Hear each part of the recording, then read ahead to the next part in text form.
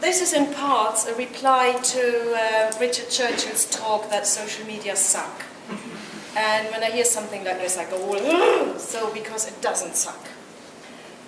Social media, in my eyes, is a sparkling, beautiful, wonderful, great invention, and ultimately can be used as a force for good.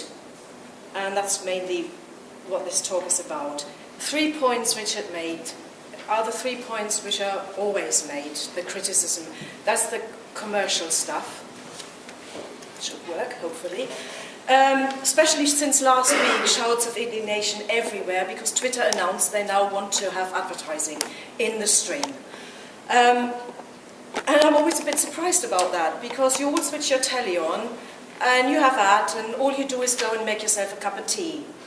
And you all probably receive letters from through Royal Mail, and at least 3 times a week you get a bunch of crap, spam, not even addressed to you, and all you do, you pick it up and put it on the recycling pile. If you drive a car, you drive around with advertising for the garage where you bought it, and you don't even get paid for that. And nobody goes and tries to remove it. So why are you shouting about advertising on Twitter? The one good thing with social media is that you now can change all your advertising to reach people in a completely different and probably better way. And I'm saying that because I follow people who advertise their products in such a different way that I'm actually interested. And I wasn't interested in any of that before. The next one is, next point Richard mentioned was that we only find people we share our own values with, and isn't that boring? But if you think of your physical social life, that's what you do. You choose music, gigs to go to, you choose a sport to follow, you go to a course, to a workshop, to a pub, to a bar, and you already choose to go somewhere where you find people who share your own values and interests.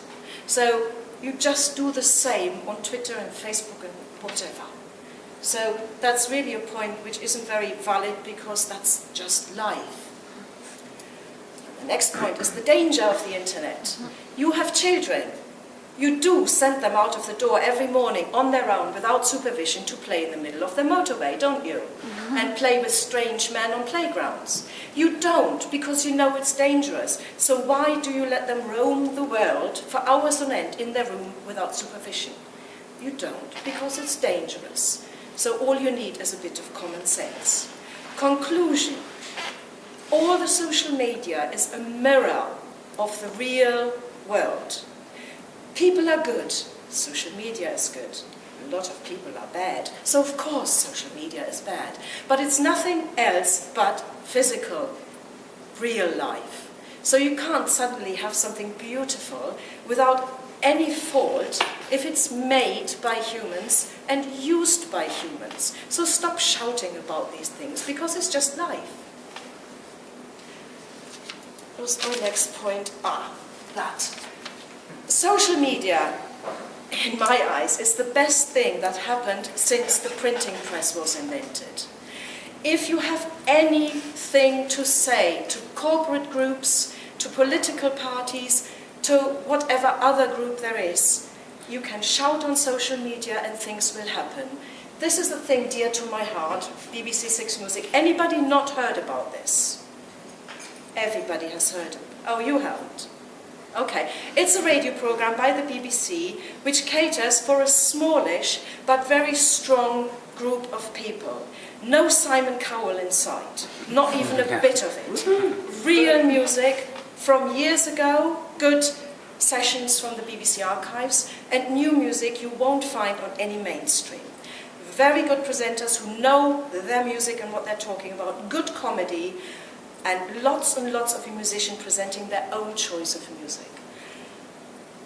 There has been made a proposal by Mark Thompson from the BBC to close that station down. There was a big outcry. The Times came out with that one morning, and people probably, if it's just the Times, no social media, would have written letters and the letters would have been published in the Times, and if you would have had a good journalist in the Times, they might probably have said, yeah, but you can complain to the BBC. And people would have done that, and it would have been very slow, and by the time you have to give in your complaint, which is the end of May this year, we probably would have had 500 to 1,000 people who would have done that. Thanks to social media, Facebook and Twitter, in the space of 2 hours, there was a group on Facebook who not only told you everything you needed to know about the proposal in detail, but also all the URLs, the emails, the things you could do to go against that. Every single one. By now that group has 175,000 members, and they all complained. Twitter hasn't quite that many, but we had a protest in London, and we have tens of thousands of people filling in an online survey for the BBC Trust, in which hands it is, if it gets closed down or not.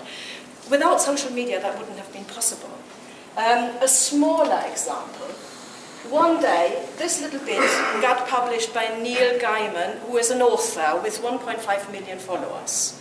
A little thing about an artist, the link goes to the artist, who'd drawn a little comic, a graphic novel thing for children, and found their main character suddenly on stationery in paper chase.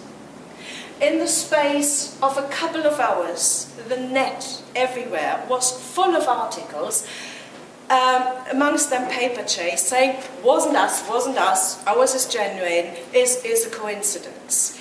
It went on for like 2-3 days, paper chase saying, wasn't us, till in the end, they had to admit that they stole, and they apologized to the artist, and in the end asked how they can make up for it. And that's the power of social media. You can, whatever you want, if you shout on social media, you get through. You get a group, and you can change something for good. Of course you can do it for bad as well, because it's us we're talking about, and we do all bad things.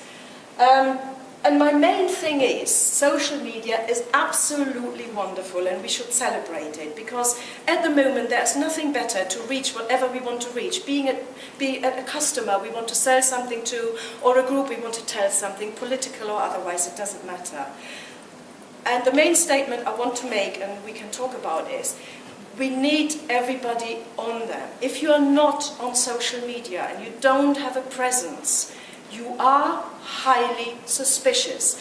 Any future employer, any employee, any customer, any new friend will Google you. And if you are not there, then there must be something wrong. Even if it's only a small portion. But I think social media today is a very, very important thing into the future, and we need to be there in whatever form. And that is just a statement I make. And if you don't like it, we have to discuss it. Okay? I hope that was not longer than it should be.